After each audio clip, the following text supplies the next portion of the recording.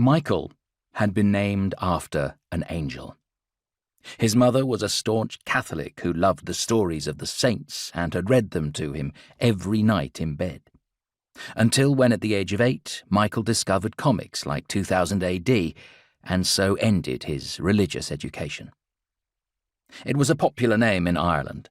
There were 2 other boys in his class named after the leader of Heaven's army, but Michael had always preferred his other role, the Angel of Death. His father worked nights as a taxi driver, leaving them every evening with his flask of coffee and Tupperware box of sandwiches to trawl the streets of Ulster in his black cab. Every morning, just before his father came home, Michael would wake and wonder if this was the day he would kill him. When he was 13, his father had started to bring home presents for his mother, pieces of jewellery that he'd taken as payment, he told them once at the breakfast table as he opened the whiskey. It was a strange existence, getting ready for school while your father was winding down from a night shift. He would sit and chat with them over cornflakes, getting mildly drunk. Then when his eyes began to glaze over, he would go and watch the football he'd recorded on a VHS from the night before.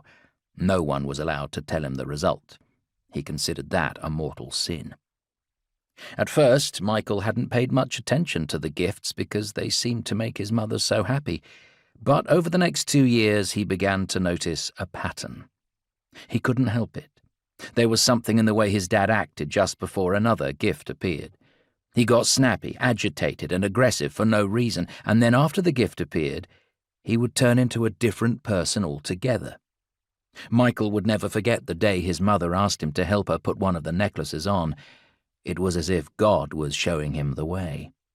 The moment he touched the golden chain, something exploded inside his head.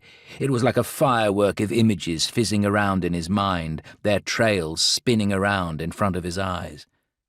They were the random memories of a stranger. One moment in a pub, the next outside the kebab shop on Dock Street waiting for a bus. Everything was jumbled and out of sequence. Michael thought he was having some kind of religious vision until his purple-faced father appeared, his eyes wild with rage as he tried to strangle him. Michael dropped the necklace and ran out through the garden and up into the back field.